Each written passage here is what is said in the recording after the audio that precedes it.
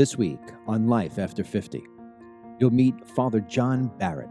He is a school chaplain, and he is a spiritual leader in his community. Today, we're going to talk about restoring faith in America, the importance of making God a part of our daily lives, children and religion, what is heaven, and how we can all get the most out of the time we have in this life. Here is Father Barrett. So I'm allowed to ask how old you are, correct? That's right. All right, so how old are you? I'm 64, about a month away from 65. Really? Yeah. First of all, happy birthday in advance. Thank you. But I did not, these guys just asked me how old you were before you came in. I said, I think he's mid-50s. So good for you. Yeah. You're reading right. Well, I had my annual checkup yesterday morning, and then I had a clean bill of health, and the doctor gave me an attaboy. And Really? I was like, that's a big compliment. So Yeah. I guess prayers are paying off. The prayers are paying off. And exercise and eating right and all those things that your previous guest talked about, Dr. Colin Buck. Yeah. Yeah, a lot of feedback. It's funny, a lot of feedback on that, in the sense that people, a lot of times, and I think this is a great segue for what we're talking about, because Yes. if I have on my news app, if I have a story that says Trump slams Nancy Pelosi, and then the next one is cure for cancer closing in, out of 10 people, 8 will Trump click, and the other 2 will be about the cancer. The amazing part of that is that, God forbid, those 10 people who come with the cancer, they wouldn't care less what Trump had to say, right? So about Nancy Pelosi, Right. to that degree, a lot of feedback from our first program with Colin was, I've been putting my health on the back burner for all this other different stuff. That doesn't mean anything, because it doesn't mean anything if I'm not healthy. Right. I think the same thing happens here with faith. And Yes. one of the things, it's funny, my wife this morning, knowing that I was going to do this with you, is bombing my phone with links, the whole family. And there are reports right now. I mean, Joe Rogan is the biggest podcast there are. He's got millions and millions and millions and millions, tens of millions of people. And there was a faith-based podcast that just beat him for the past 3 days. Really? And then on top of that, there were other podcasts that were faith-based that are rising up the ranks. And I said, oh, wow, the timing is perfect on this, because I think I'm hoping people, and you would know this better, I think it's been kind of tough here in the United States on multiple different fronts for a while, for a long time. And I think when President Trump was shot at and hit in the ear and gave all the praise to God for making it so he turned his head, I think people checked back in with faith that maybe had left it in the background. You would know that better than anybody. Do you see right now, is there any sort of resurgence that you're seeing in people that may have put faith in the back burner now saying it deserves to be in the front? I'm trying to grasp at where to start with my answer, but I know that there have been some research is done, some surveys of faith in America, and there's a category of people who don't have any faith, and they've been labeled as nuns, N-O-N-E-S. They are nuns because they haven't grown up with faith. They don't have any faith. They have no real yearning for it, evidently.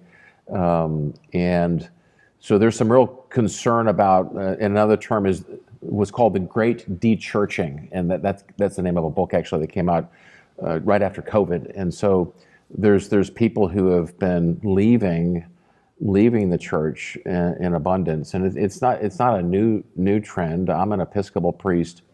The watershed height of numbers in the Episcopal Church was in, I think, 1967, and it's been in decline ever since. So it's a long trend of, I guess you can call, secularization.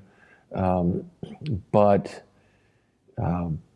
there are a lot of people I know out there who are trying to find faith, who want the community that churches give to them. I think that's a huge piece of what is a great way of bringing people back into the church. Why do you think? Let's dive into that for a second, because we just talked about it on my podcast earlier this morning. It's politically based, and we were talking about how it is that the country lost its way a long time ago. I've seen it in my lifetime. I'm sure you've seen it in yours, Yes. your life. I mean, And sometimes I wonder if it's not the advent of technology that did that. And then other times I say to myself, I think it was that the media sort of went to war on God and on faith in general. Yep. And they stripped it. They stripped it from our lives. And almost to the point, too, that if you even bring up something like, if you put something about the Lord on a bumper sticker on your card, you're a Bible thumper. There's been a real media war on God. Do you think, let's do a twofold here. Do you know what I'm talking about? Have you felt what I'm talking about with, like, the media has sort of gone anti-God? And do you see America's problems being in part because we've disconnected God from our lives in the way that it used to be when we were younger? Well, I know that, so I work in a school, pre-K through 12th grade students, and so I have the largest youth group in Indian River County, 650 students. So, and so I'm continually trying to figure out ways to connect with those kids. And you mentioned technology. Kids are on their phones all the time, even on campus in the upper school. They're allowed to have those phones, and they're not allowed to in 8th grade and under to be using them. But I know that's a huge distraction to kids, and from conversation, and from, certainly they can be looking at an app that is Bible related, but I think for the most case, they're going in completely different directions at the expense of face-to-face communication. And so that's as a baby boomer who grew up with a very conversational father and mother, and where I was taught to talk to people, and I go into a waiting room, or I'm in amidst a group of students who are on their phones, it's disrupting to me. Yeah. And so that's a little bit different from your question, but it all, kids can go anywhere on the phone anytime, and unless their parents have put some boundaries, some containing apps, but it's unbridled. And that creates I think a problem with community, of talking with people, of being comfortable talking to people, and striking up conversations. And those are things that we learned to do growing up. Absolutely. I think that irks me. And there's no way to stop that, Father Barrett, because the technology is only getting more advanced. Yeah. And to that degree, like my daughter this morning, Kelly, you know her well. Yes. She was dressed beautifully. I walked down the stairs. It's the first thing I noticed. Yes. And I said, "What's going on?" And she said, "I got chapel today." Yes. And so I didn't tell her to dress like that. Now, I don't know if that's prerequisite or whatever, but it didn't matter. It was, I liked it because it indicates this is something special. Special. And so you were going to wear better clothing than you would to gym day or science day or whatever it is. Today's chapel day. Yes. And so I like that because it gets them into the mindset of this is a special thing. And especially when you have all those distractions that technology poses. I know as a parent, as a parent, you're battling against that computer and against that phone and against all that stuff constantly. Imagine what God's up against. Exactly. Yeah. Exactly. And it's, I think, I always want to have hope, but there's so many distractions in that appendage. It's with us all the time, that can take them away from a real, genuine, authentic conversation that'll develop a relationship. And it's more like a side-by-side. Kids are on their phones doing separate things and talking a little bit. So I get disheartened by it quite a bit. We have a son who's in the same grade as your daughter, Kelly, and they're great kids, and we've done, I think, a pretty good job training them, but they're also adulting, and so we're trying to teach them to self-govern and to really put God first, and it's just hard to do. Well, especially too, we go back to But we do have chapel. We do have chapel at school, and I just finished chapel today, right before I came here. Before you came here. And it was It was great. Was it great? Yeah. Yeah. The kids were listening. So That's promising, right? Because when you're there talking about faith in God and things of that nature, and you've got people staring back at you, they can't. I'm assuming you take the phones away. Yeah. Is it no phone policy? Yeah, no phone. So now they're dialed in on you, and you're an interesting storyteller to begin with. So now you're getting their attention. So you are seeing that there's an interest. And here's a positive thing, just from yesterday. So I had a senior boy just got into a faith-based Catholic school in New England. Okay. And I was so excited to hear this. Word got around through my son, and I said, that's going to be a perfect place for him. I know family's Catholic, and I know about the school. It's a great school. And I went up to see him. I saw him yesterday, and I said, great. I'm so excited for you. I know that school. It's a great school. I saw his mother, who teaches on campus later on. And I said, I'm so excited for your son. And she went on, and she said, Father Barrett, he looked at several schools, and this is the one he's always wanted to go to. His father went there. He wants to go there. And he said to me, Mom, I want to go to a school that still has chapel.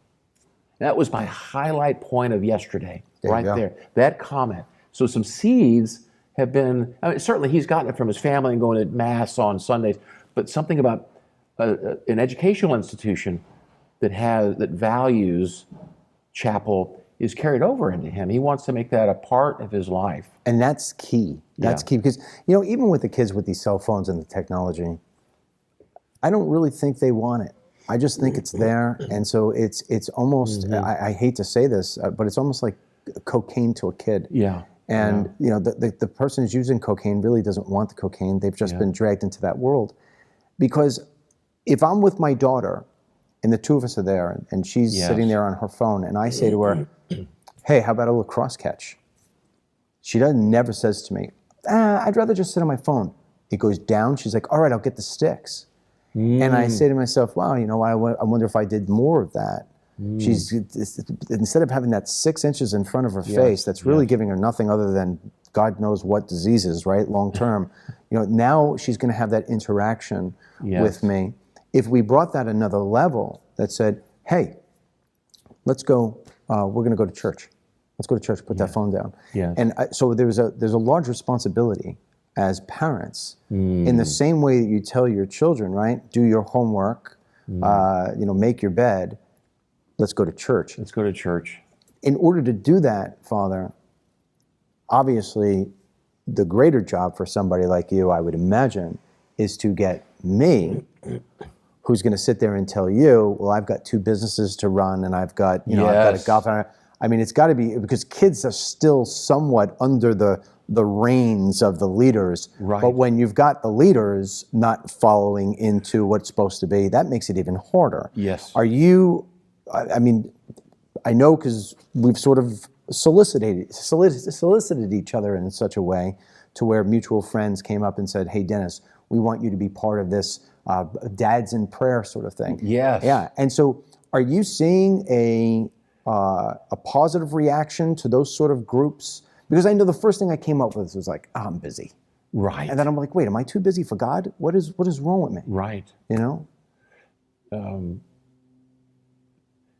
That's going to get started, I think, pretty soon. I'm really excited about that because the moms already are up and running. They're meeting, and they're like 50 or 60 moms now, which is really exciting. And so there were some dads who said, let's get this started with the dads. And my wife told me, well, John, she doesn't call me Father John, and you got to work on that. You got to work on that. She said they've decided to meet at 6 o'clock in the morning. I don't know what day of the week it is yet. And I said, "Are you really 6 in the morning?" And our children's Bible study is at 7:15, right? Okay. So she said to me, "Yeah, that's when the 2 organizing fathers said that most of the dads want to go. That's when they can go." And then she said, I won't mention him by name. There's a dad, I know he's a man of faith. He's very busy. He's a successful businessman here. He is so excited to be joining this group. And it's just something's been made available to him. And he's going to have fellowship with other guys. And they're going to be in the Word. And so just someone stepped forward and made this happen at an appropriate time. And 6 o'clock's early. That's pretty early, but a lot of guys work out that time anyway. They're exercising. So why not exercise your spiritual muscles? Absolutely, but think about the commitment that is, right? Yeah. So, I mean, at 6 o'clock in the morning, that means you're going to be getting up at 5:15, 5:30 at the minimum to get somewhere else. Yes. I mean, that's a commitment. That says to me that both, because you're saying the women group, and I know because my wife's part of it, and I've seen a change in her since she's been in that group, and we'll get to that in a minute. But yes, the fact that people are willing to put it first in the day, and the fact that they are willing to get up so early to do it, says that people are thirsty for it. I think so. Yeah. I think they are. And this gets back to your original, or some things you were laying out earlier, Dennis, is, and I talked about that term, the nuns. I've done some research. Some youth pastors have said, okay, even though that's true, we're in a very secularized culture. They said that students are primed they're open to spirituality. They want to know about God, and they just need to have it made available to them. Otherwise, it gets they're putting their light under a bushel. Yeah. Or our culture is snuffing out their little flame in them. And so I think that if it's made available to them, and there's the right leaders, and people are invited, it's winsome, it's exciting. The Thursday morning boys Bible study, and I call it the best day of the week. I said, this Thursday morning is my favorite. We're not supposed to eat donuts, but we bring donuts. And some people bring something a little healthier, but it's really engaging, and the kids are getting, it's meaty, it's substantial stuff. And they want it. They want it. They do want it. And just even when you look at, I just had somebody doing an interview in the same style, which will run in the weeks to come, but we were talking about gangs. No child wants to be part of a gang. The reason why they go into a gang is because they're lacking the leadership at home. Many of these young men, their fathers are gone. Yes. They want to have that feeling of community, love, family. I mean something to somebody. And so they enter the gang because that's the only family they know. And then, of course, the gang goes into a bad direction or whatever. But if you look at the initial reason as to why somebody enters into that gang lifestyle is because they are lacking love and I would even say faith at a moment in their life where they're thirsty for it and they go in the wrong direction. It's not because they dreamt of, I can't wait to be 13 without a dad and I want to get into that gang so I could steal stuff and sell drugs. It's not the case. And I think the same belonging. It's belonging. Yeah. And I think if you go back and take a look at kids who even do have a family life, right? Mom and dad are so busy running around doing all the different things. We get caught up in the rat race. You got the phones, you got everything else. And here it is, we're talking about how kids are saying, I want to go to that college because it has chapel. My daughter says, I want to get dressed up today because it's chapel. These children really want it. It's got to be up to us to deliver it, to grab their hand and bring them. Right. And in preparing for this conversation, which I'm enjoying, shall I say? You say you're not going to walk out? I'm not going to walk out. We got a lot more to say.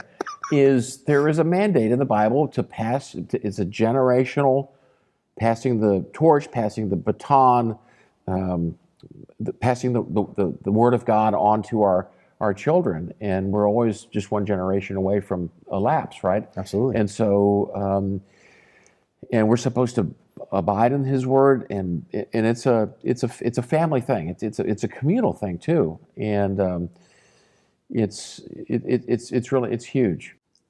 I don't know when it happened. You're smarter than I am on this topic, but at some point, it's like America forgot. I mean, you can't see it from here. You don't have to turn your back, but when you walk out, you'll see it says, "In God We Trust." There's a sign right there.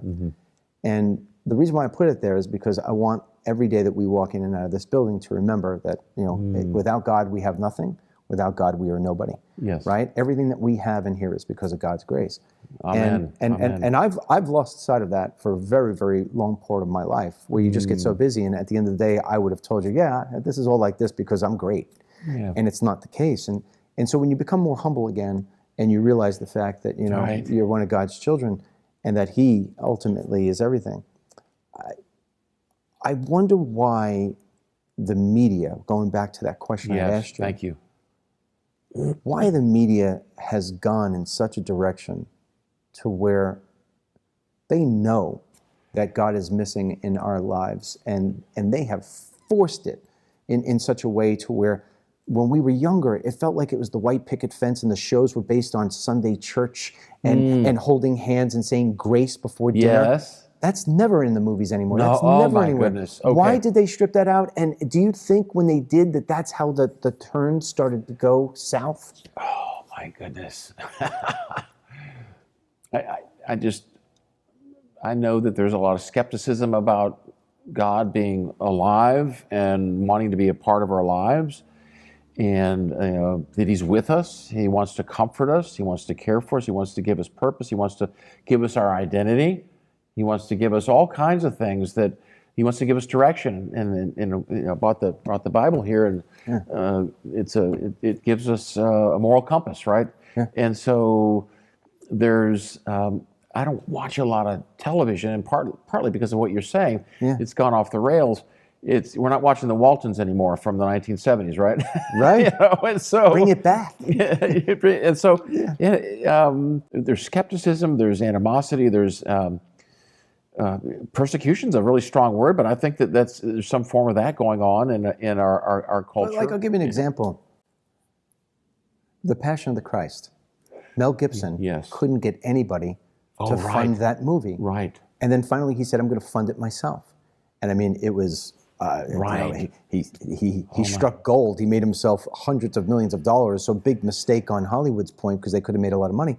But the point being is, why wouldn't you want something like that? Why wouldn't you want to have the telling of Jesus Christ and what happened? I mean, and people are thirsty for that. So to me, and I don't know who that devil is, but for some reason, the media has, and maybe I should be answering this question more than you. It's not even fair because I'm in the media business. Because you experience it much I've more experienced upfront, it. Yeah, I mean, experienced it in a large way. And at the end of my podcast, my political podcast, which I do 5 days a week, going back a couple of years ago, I decided that, usually you end the podcast and you say, all right, thank you for joining us. Make sure you go to DennisMichaelLynch.com, sign up for the newsletter, blah, blah, blah, blah. And we don't end it that way anymore. So the way we've ended it for years is at the end, we say, all right, God willing, we'll be with you again tomorrow. Until then, God bless you, your family, the United States, and Donald J. Trump, or whoever the president is. I can pray today, too. Yeah, and then what we do is we give a blessing to one of the people that are there watching. Nice. And I've gotten feedback that says that people say, maybe it doesn't say a lot for my show, but they say that that's the favorite part of the show. Nice. Right. And so I think we have a responsibility to push back on that media, maybe not by going to war with them, but just by making our message even more special and by making our message even more bright and interesting. And it leads me to something that I didn't have in mind to talk about today, but you brought it up. You got to make it interesting for these kids, right? Yes. So you're saying how church has declined. Why do you think church has declined? Is it because it's too boring for the youth? I mean, you got these new, my son, my daughter. My daughter just last weekend went to one of these churches not far from here where they play the music and they do a little bit more singing and making it a little bit more interactive. Do you think that is some of it? Have we made it a little bit too dry? Maybe so. Our speaker today, and in the middle of an upper school chapel, is Libby Sanderson with Youth for Christ. It's a wonderful ministry of reaching out to kids on campuses. And she came to speak at St. Edward's. And she started with an icebreaker. She got 3 kids up on the stage. They had stools on which to sit, and they had to blow up 4 balloons. And then with each balloon, tie it off and sit on it and pop the first one. Blow up the next one, tie it off, sit on it, pop the second one. Whoever won got some candy. And kids were going nuts. This is chapel. Chapel. This is chapel. Yeah. We got to be... Reverence is really important. Yes, we live in a very informal, very casual culture, increasingly so. Dressing up is nice on chapel days. But there has to be some aspect of levity, and that she brought that. to the congregation today, and then she got into her message. That was her icebreaker. That was her entree into talking about success,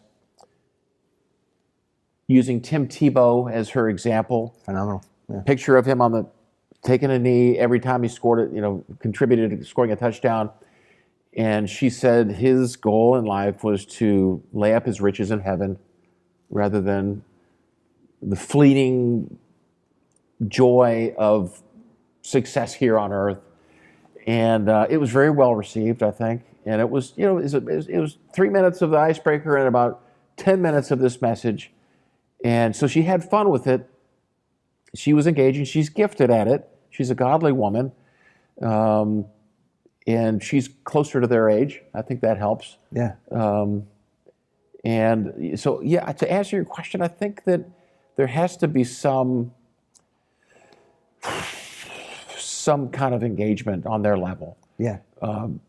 And she I think she got them. I know some people in the church will push back on that, and I have a different approach, but I'm more of a grandfatherly figure, even though my youngest son of 4 is 17, but and they confuse me often. People confuse me as his grandfather. That's okay. We started late in life, but I'm continually asking myself the question that you've raised. How do we reach these kids in a way that's going to draw them in? Because I think there's a huge difference between dragging a kid to church and having that child want to go.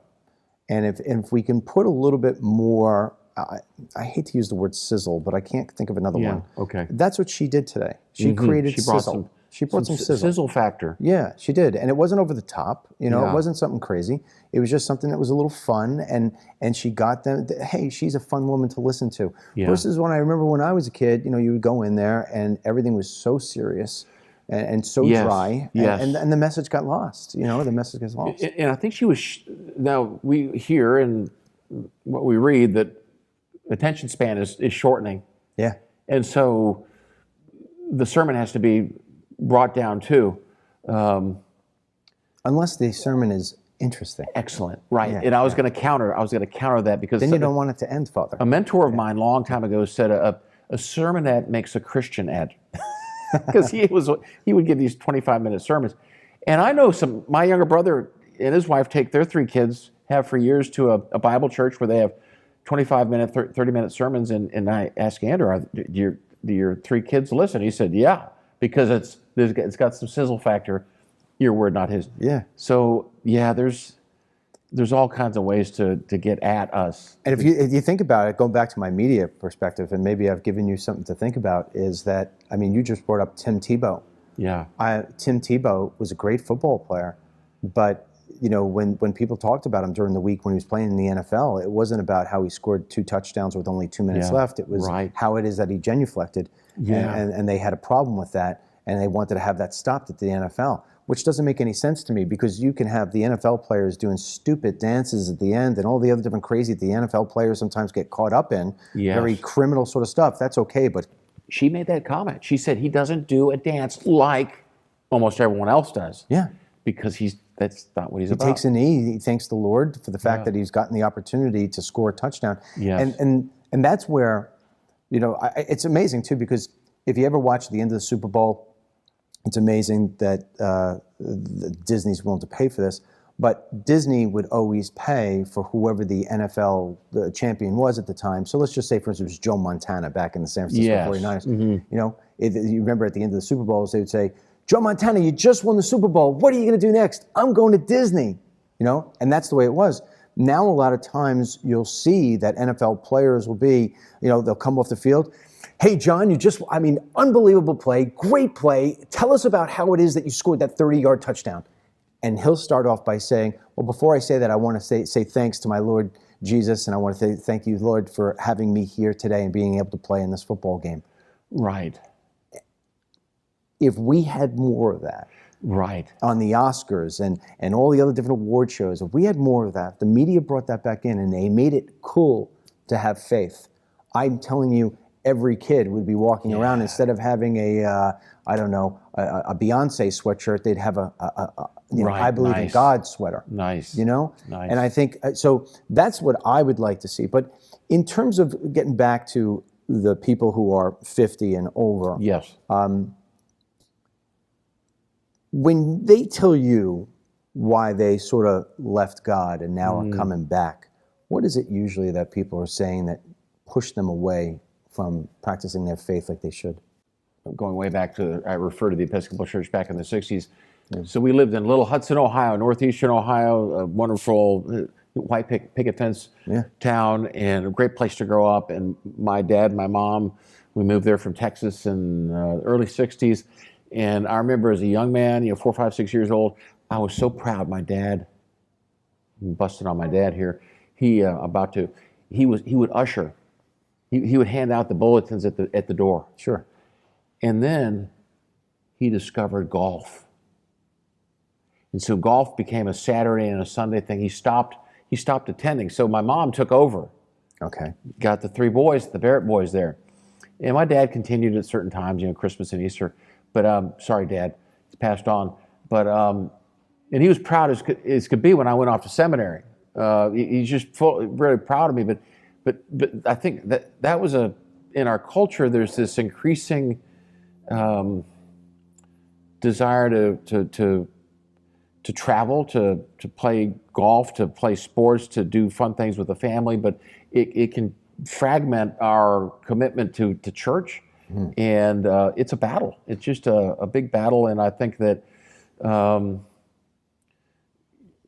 you work really hard. I'm sure you want to go home at the end of Friday and you just want to just crash and crater, but there's got to be going back to the Bible story, the story of creation. God created the world in 6 days, and on the 7th day he rested. There's got to be a day of rest, Sabbath rest, and the time of worshiping the Lord and thanking Him for our many blessings in this amazing country. But I think a lot of things have encroached on Sunday, and for Jews, it's on Saturday night. Well, let me use myself as an example, because I want to take it a step further than actually going to church. I want to talk deeper into the presence of God and faith. Yes. So I'll give you a little story of myself without going too long. Ryan, if I go too long, throw something at me. But to this day, I'm still not a church-going guy, because every morning I start my day off the same, and it would take a really bad weather day, like this morning being 40 degrees this morning, to throw me off my game. But most every morning starts the same way. I wake up in the morning, take my shower, and I go out onto my balcony. Yes, you do. And I sit there and I do my prayers, and I say thank you to the Lord for everything, and I ask for forgiveness, and I say the Lord's Prayer, and then on top of that, I speak to the Lord about knowing that my imperfections are keeping me from reaching the maximum person I can be, whether it's being a dad, a businessman, a community member of the community. And then if I'm having a spat with somebody, or there's a problem with something, I put extra prayer for that person, right? There's somebody in my neighborhood right now who has just sort of like lost his way. And we were very good friends, and through politics, he just let it get it out of control. And we don't talk at this point. I don't talk because every time I talk to him, it's poisonous. When I say my prayers for my family and for everybody else, but I say extra prayers for him. Good. And I start that way off, and for some reason, it has leveled me and calmed me in such a way. It's almost as if I have my prayers, nothing in the day ahead is going to get me, For me, that's my church. For me, that's where I connect. And so I don't go to church on Sunday, not because I don't have respect for it, or not even because I don't like it. It's because I have found my own place to tie in with my faith. Yeah. When when we brought up the whole thing about maybe doing a thing with dads, I was like, I like this because I feel almost as if it's an extension of what I'm already doing. Right. And so to that end, to me, I would hope that the Lord I'm sure the Lord would want me to go to church on Sunday, and I do, of course, on all the big holidays.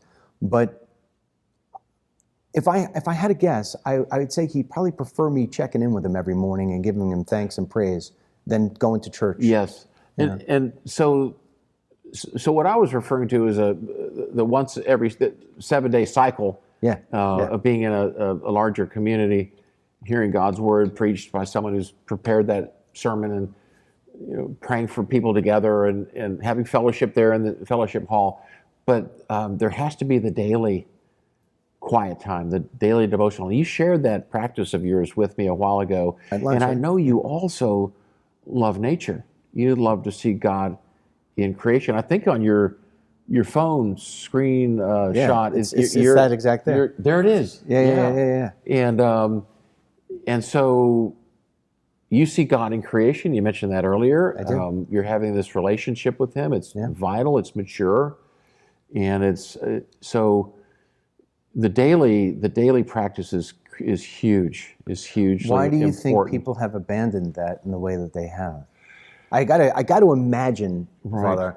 I got to imagine when you say in the 1960s it started to where the decline on the people going to church began. I have to believe, although there's not there's not a statistic that's monitoring it. I got to imagine that the daily faith that one presents, like I'm presenting, has gone with that, right? I mean, I'm the anomaly where I'm going this way because I started getting more into God in the last couple of years of doing that, and I don't go to church. But I would imagine most people have just started to say goodbye to faith. Right. And look around you. Look at our world. How else would you explain all the ugliness that is there? So do people ever say to you why, aside from I picked up golf or because I'm just too busy with 4 kids, do they say why they put the Lord down for a while and now are coming back into it? I think in the academic world, there's definite pushback, antagonism against Christianity.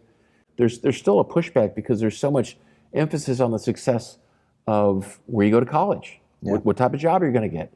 It's an ongoing battle. When if I were speaking to kids and they said to me, wow, you have 1 million people on Facebook. Okay. Wow, you've been on television. You go on Amazon Prime and see 2 of the documentaries I've made. So if I go give a speech, I'll have hundreds of people show up. And if they said to me, well, gee, Mr. Lynch, you live on the water, you've got a boat, oh my God, I mean, you've got everything. Give me the secret sauce. I would truly, without any hesitation, say to them, the best times of my life where I had the most success was when I was completely dialed in with my faith. Because, thirsting for money or thirsting for success, thirsting for popularity, that's superficial. That's not really, because that could be taken away from you. As quickly as I make my money, I could lose my money. As quickly as I make my friends, they can turn on me. Every person who likes me on Facebook couldn't unlike me on Facebook. What I want to have is consistency. And the way that you win the game of life, in my estimation, from what I've seen in my first 55 years, is consistency. Right. So how did I stay with Mary since 14 years old? Consistency. Yes. How do I get the best out of myself every day? A consistency of dialing into my faith and recognizing the fact that I can't lie to the Lord about who I am. He knows if I'm being fake on Facebook. He knows if I made money because I cheated. He knows if my house isn't as beautiful inside as it is outside because I really don't take care of it. He knows this. I can't trick him. So when I'm honest with the Lord, I'm honest with myself. Yes. And so it leads me into another thing I wanted to talk to you about was one of the things that I know that I guide myself by, and here's how it is that I came back into my faith, because I was an altar boy, used to go to church all the time, and I abandoned it. I abandoned it because I got busy, I had kids, and I didn't feel like I was getting anything out of it. I was getting more from going on Facebook Lives and making myself some money. It wasn't until I got sick and I wound up getting sick a few years ago. And then when you're sick and you realize the fact that all of those things that you built up, all those material things mean nothing if you're laying in a hospital gurney. Yes. I do what everybody else did. I start praying to God, please get me out of here, please get me out of here. And it occurred to me, because it was the most serious thing I'd ever gone through, that you just can't call upon God when you need something. Correct. And Fair weather friend. Yeah, you can't do that.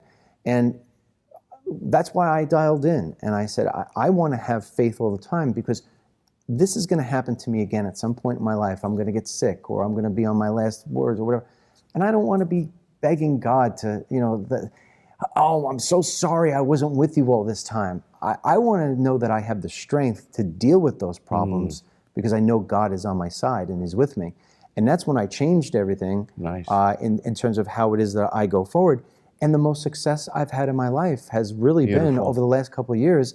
And I know it's because I'm grounded in my faith. Yes. It's the basis of everything. It's the basis of everything. And one of the ways that I live my life, why I don't cheat on my wife, why I don't steal, and why I don't do business deals that would put money in my pocket but make me feel like a lesser person. The reason why I carry myself as well as I do, and I'd like to believe as well as I do, and why I have such a good family, is because I live based on the idea that one of these days I'm going to meet my Creator, and I want my Creator to look at me and say, boy, did you have a good scorecard. Yeah. And so I think, I hold myself in that way, that I have to meet my Creator one day, and I'm going to want Him to be happy with who I was on this earth. And I think if more people dialed into that sort of thing, we would have a better place. That said, I saw a bumper sticker once and it stuck with me.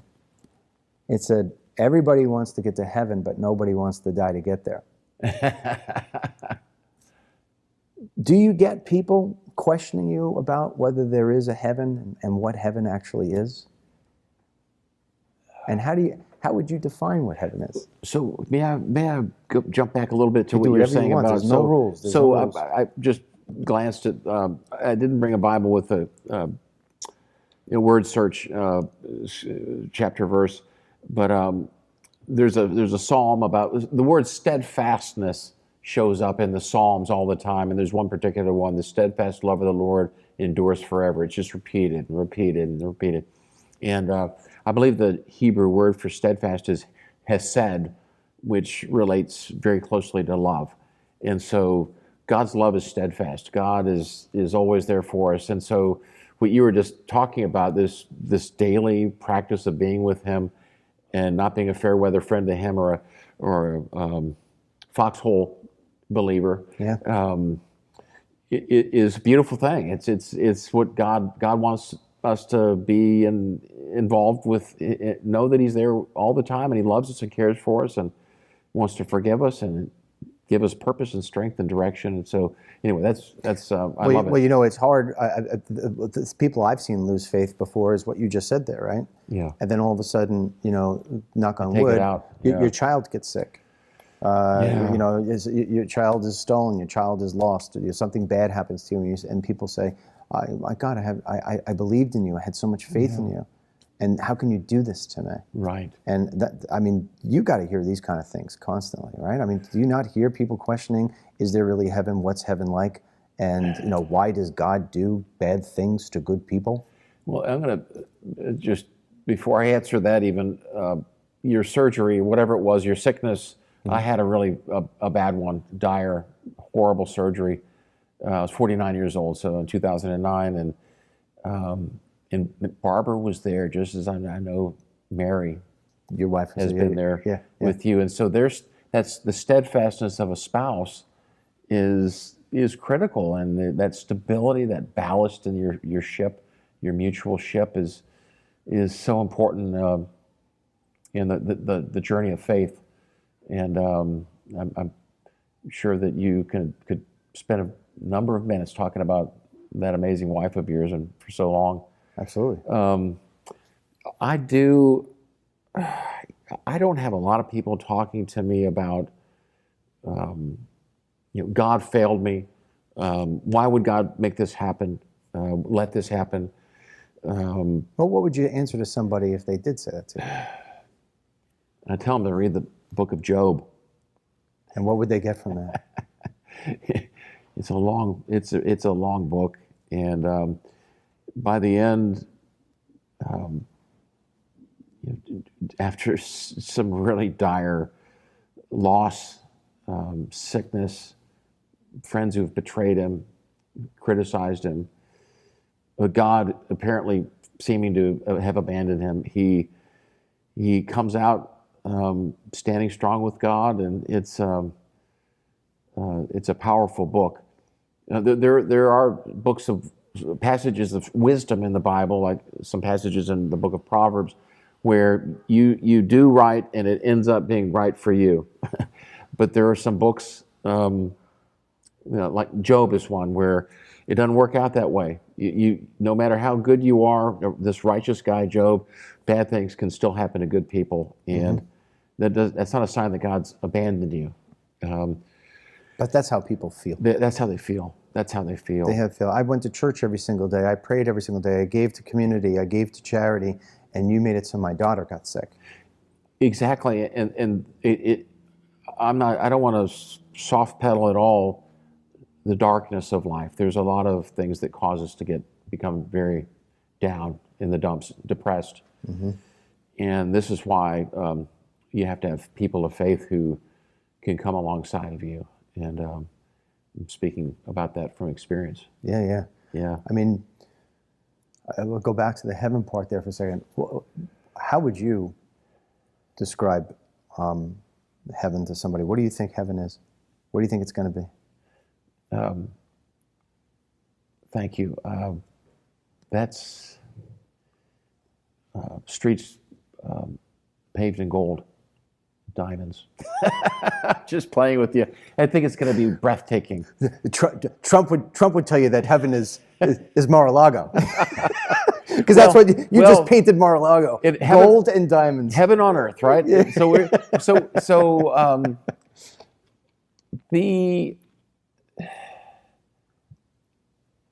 Revelation, the last chapter in the Christian Bible, Revelation 21, has some beautiful images of, and I could read. I brought.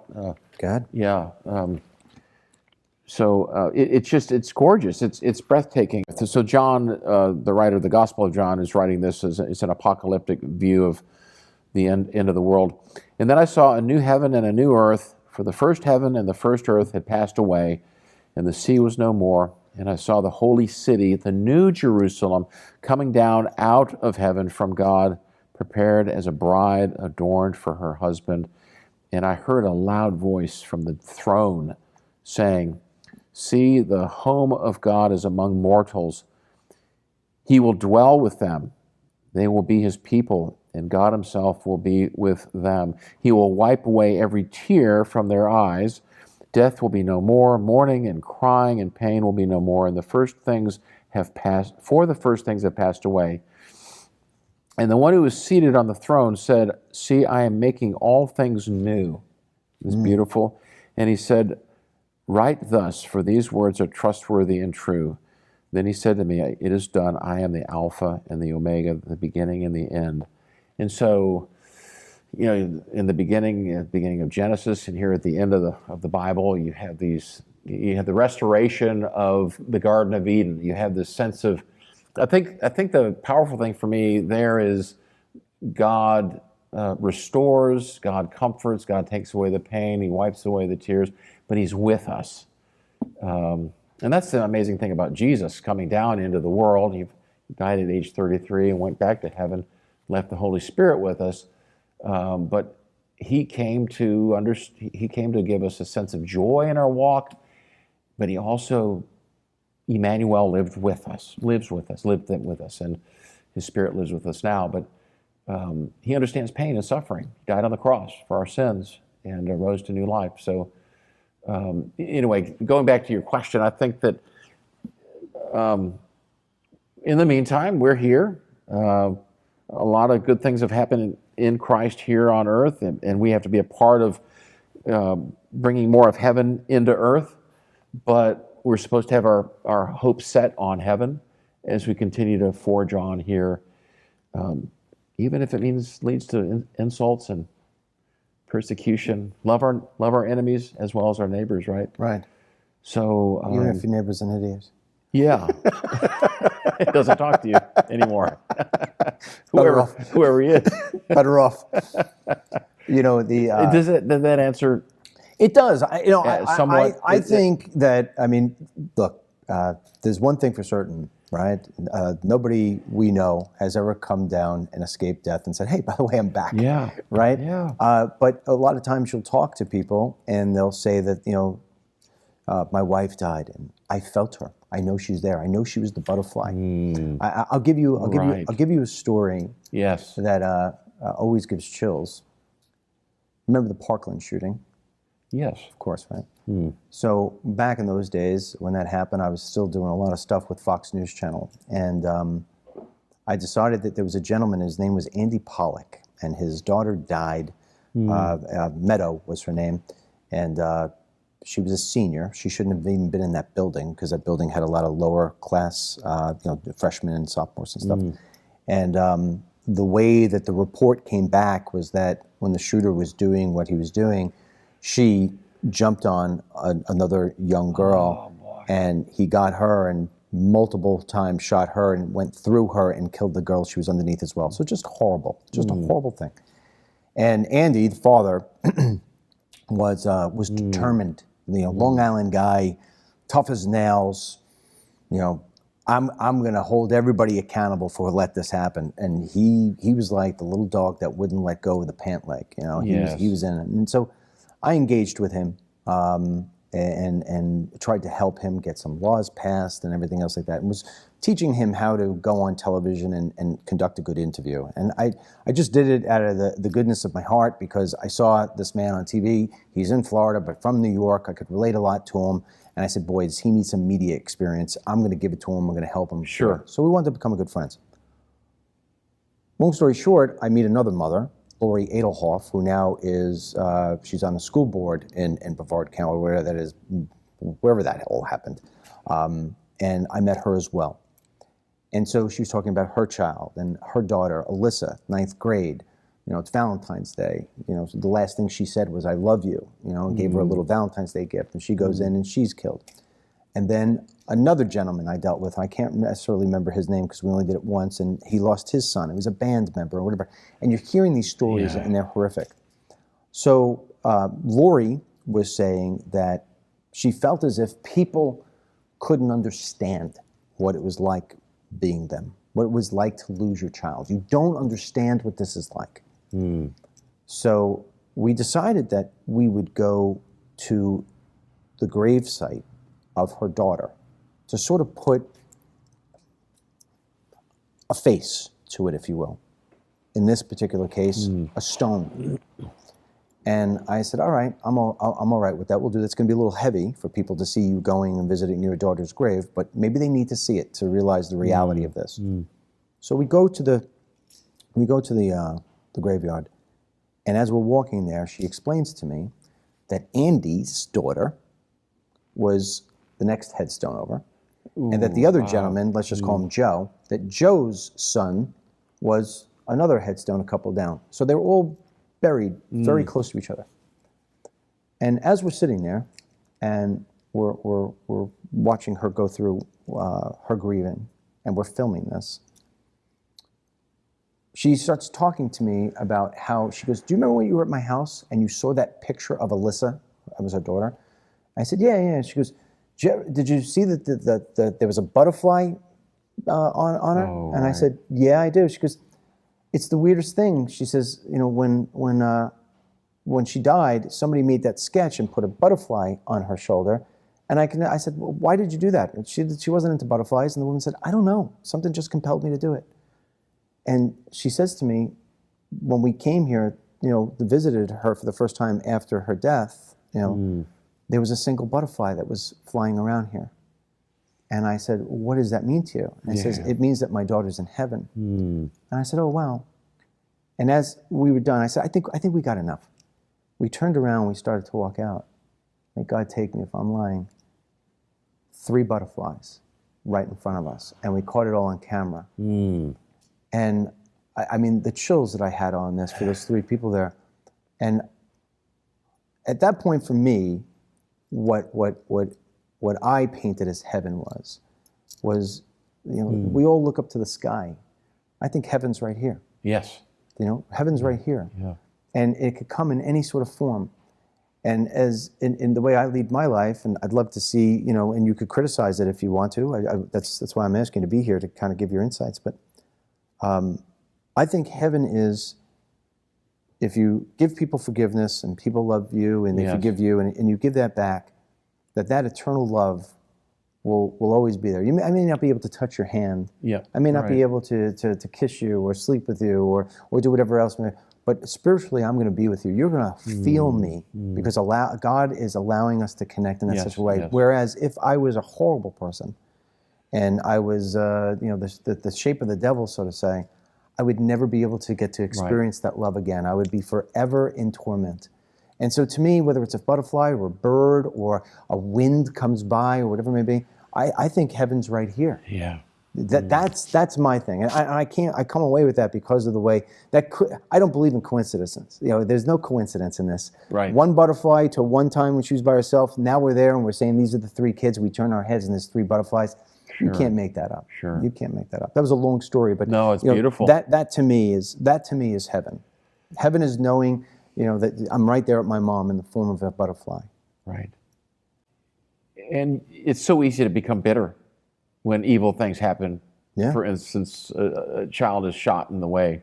Yeah. All of them were shot. And so bitterness can continue to just gnaw at our souls. Yeah. And forgiveness in Christ is the way back. That peace that passes all understanding. And that Revelation 21, the heaven it was coming down. This restoration of the earth. Even though there's this fading away piece, there's something. This is beautiful where we live. There's a lot of destruction. There's a lot of mess that we've made of it. But my goodness. And that's the thing that the media never. It's there's an old saying in news: if it bleeds, it leads. And that's unfortunate. So I go back to the whole thing. Hey, cure for cancer, 2 people will click. 8 Trump slams Nancy Pelosi, 8 people will click. Yeah.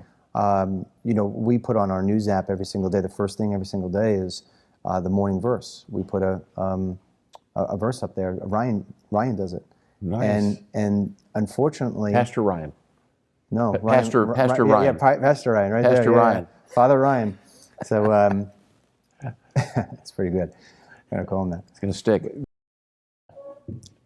But unfortunately, it's not the most clicked item on our daily agenda. It's the fires in LA. It's the, we're going to buy Greenland. It's all these different things that everybody's hearing right now.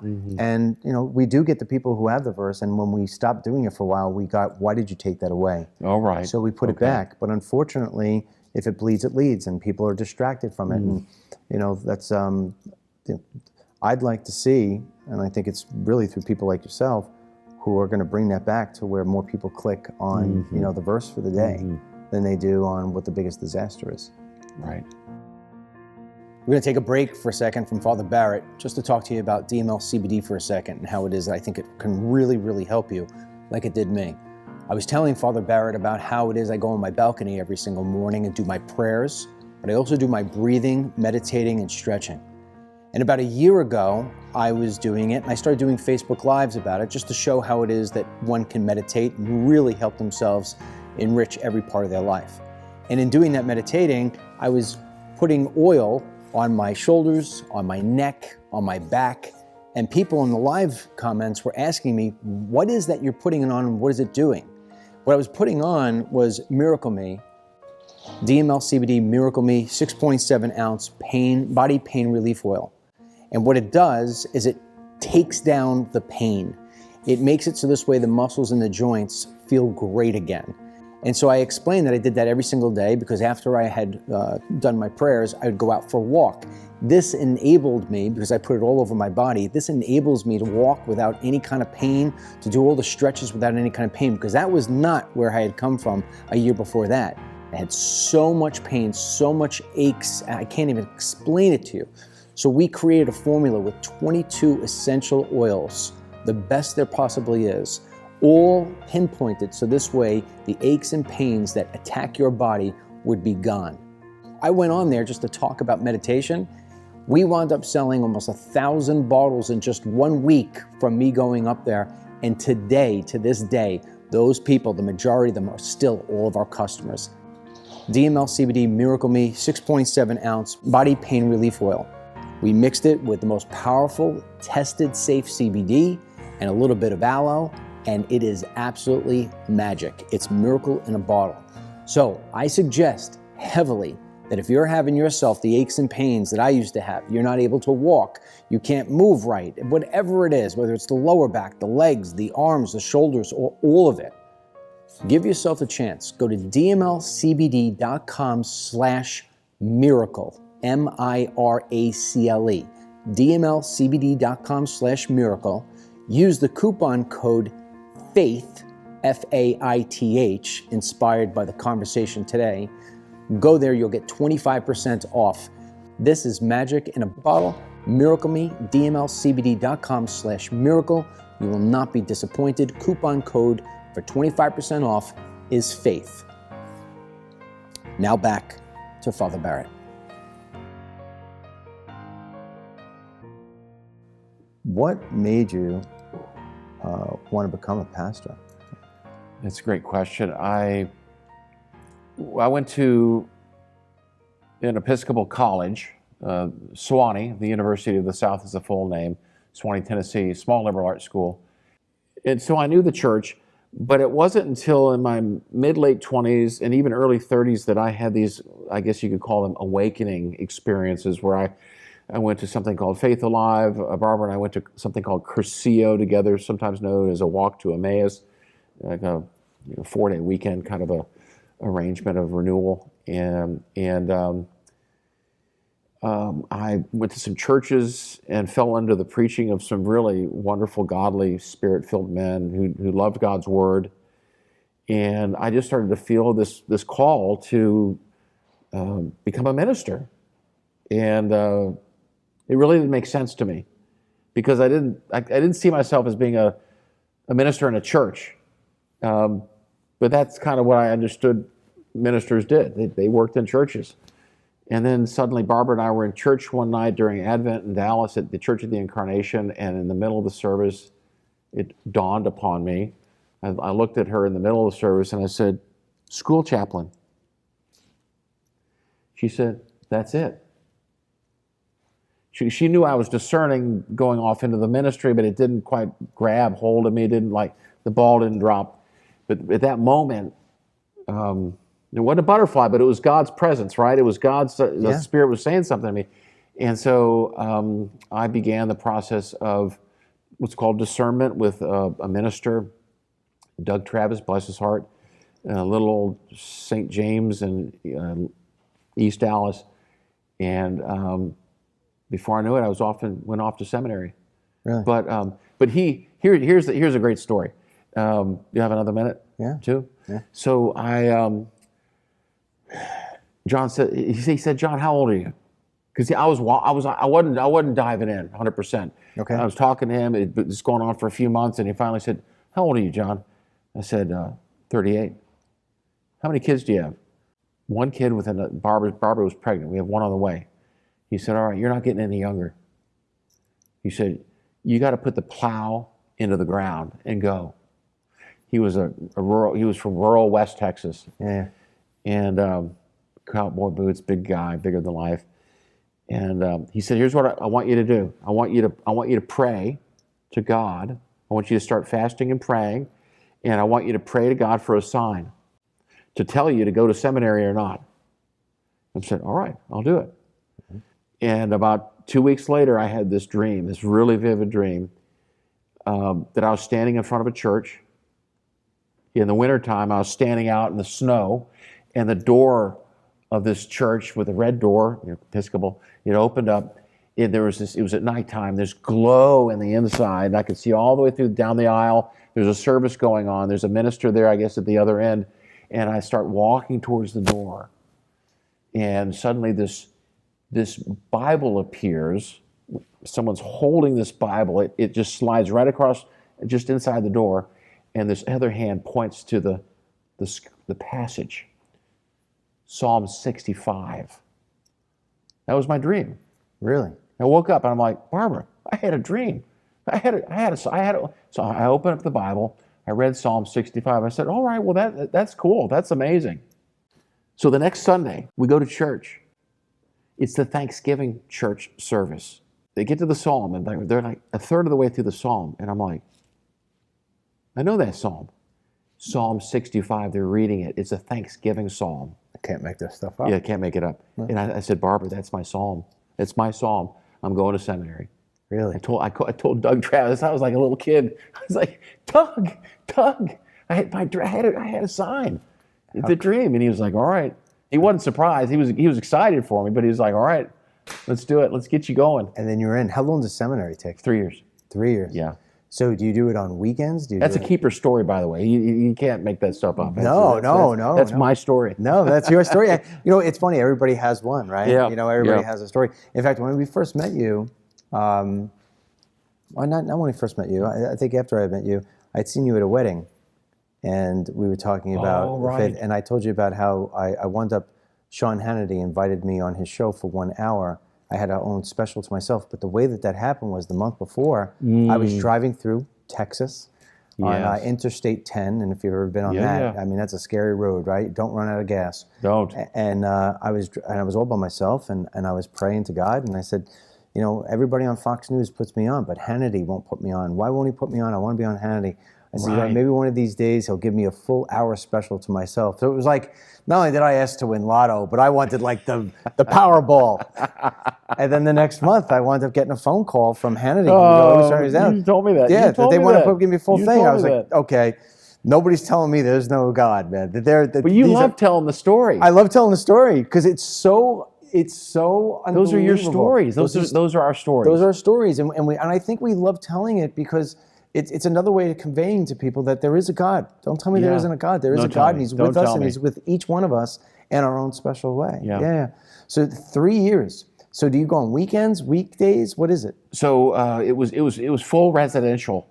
And my what does that mean? So we lived there. We moved to Ambridge, Pennsylvania. So you took the wife, you took the kids. We took the kids. The whole family goes. And Henry was born by this time, so we had 2 kids at that point. And that's a high risk. It was high risk. And it's a lot of risk. My church, God bless them, they ended up paying for so much of my seminary experience. Really? It was like brought me to tears. Wow. That's another part of the story, but they were just such a faith-filled small, it was an A-frame church, so they called it the Whataburger Church, because it's shaped like a Whataburger restaurant. If you know Whataburger in Texas, you got probably some Texans out there listening. We got a lot of Texans. And so they'll be cracking up. And I know what Whataburger. Yeah. Whataburger. Yeah. And so we went off to seminary. And I'll say, though, that in the first week of seminary, the whole community got together, and on Wednesdays, they had Wednesday morning Eucharist, and afterwards they had, it's called the Dean's Hour, and sometimes lunch after that. But Dean's Hour, they had speakers come in, but the very first Dean's Hour, the incoming students had to give their testimonials. We had to stand up in front of the whole seminary community and share how why we were even there. And so you heard we had 33 people in my class. We got to hear all these. It was like amazing. I'm sure. It was just amazing. And you get to hear all these different stories. You're like, God is so good. Absolutely. He's so amazing. So it is. And it solidified our community. And so let me ask you, in winding this up here, because I ask the same questions of everybody, no matter who it is. I take what I think their area of expertise is, and then I ask them to give a bit of advice in 3 different ways. I should say not 3 different ways, to 3 different sections of people. Minute or 2 on each one. Every day you're with children at school. So if you were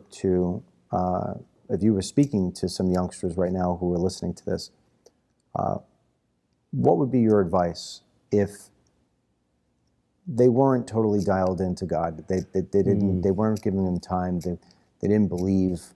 What would be your advice to them? I think the most important thing for me in my faith growth was kind of came outside of me in the form of I'm thinking when I was in my 20s, some older gentlemen who were involved in their faith communities, they said, "Hey, come and see. Come join this Bible study, join this group." And I was just barely adult, just definitely adulting, and they invited me into this community of belonging, and so I'm just so thankful to those people. I can name them all, and that's something that came independent of me. Even though I was going to church, I was trying to figure out life. I was trying to figure out what it all meant, and was lost. I felt lost in a lot of ways. So I would encourage them to find, and I tell my two oldest sons this, of our four, you've got to be in a community. You've got to find people who are going to be believers, and I'll ask them, "How are you doing? What are you doing? How are you connecting with people?" Because you need that. Yeah. I would encourage them to have their quiet time. Their quiet time. Their quiet time. That's huge. What about and this is getting more into my demographic of who listens. What about that person who is 50, 55, maybe, my age, where you may still be working, you're busy there, your kids are in school, or, they're starting to get out of school, or whatever, and they have seemed to forget about the importance of faith. What would your advice be? What's the first step they take to re-engage? They may want to go on a retreat, just go away, just go to a quiet place, and just completely separate from technology, from the routine, and just reflect. I always have people pray for me when I go into those situations.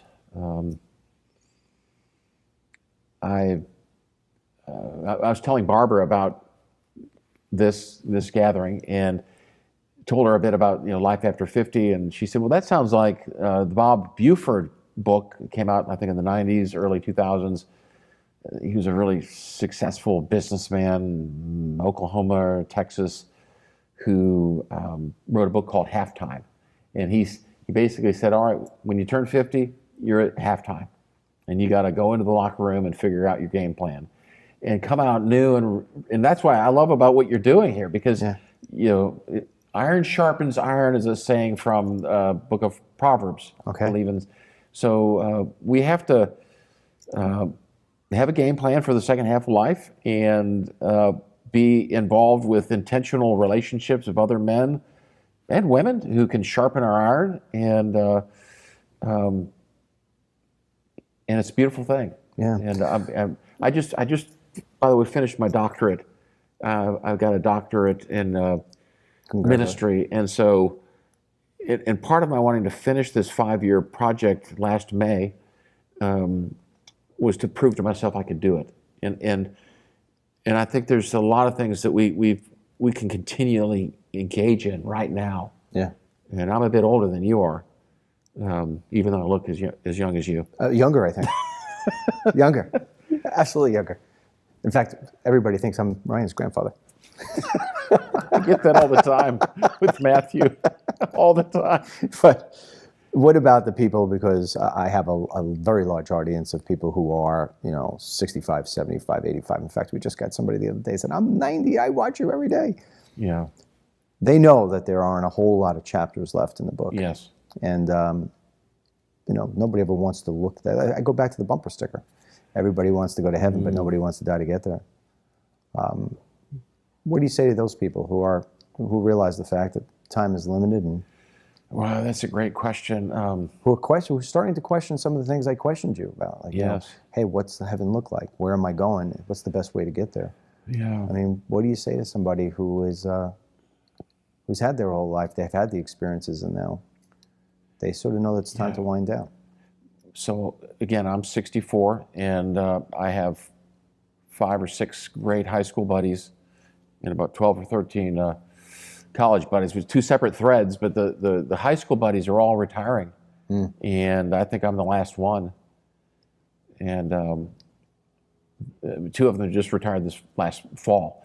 And they want to spend more time with their wives and their kids and slow down and enjoy life. But I have a few more years. I've got to work. I have to work. I want to work. And so, but I'm definitely, it's really kind of jostled me. I feel up here that things are still pretty sharp, but the ability to do what I did when I was in my 30s and 40s and 50s I can't do it. So I feel I'm very aware that it's a shift in what I think the Lord wants me to do, and I think it means to raise up people under me to do what I've been doing and to create a living legacy, like at St. Edward's, of what I've established with Barbara and your wife and other moms and dads, to have something carried on, with the next generation. But I want to step back and write. Kind of like, oh my goodness, I've got all these things I'd love to write about, and I can write about, and that's exciting to me. I'm trying to find what gives me joy, what God created me to do. Going back to what you said about giving some sizzle. Yeah. I'm Chaplain Barrett, or Father Barrett at school. But at my previous school, I would give rap songs. I'd write rap songs and deliver them in chapel. And I had one ready. That's sizzle. I had one ready to give like 4 years ago at St. Edward's. And as soon as I said, I'm going to give a rap song, the kids went nuts. Really? And one of the kids yelled out of turn, "What's your rapping name?" And I said, "It's Chap Daddy." And they went crazy.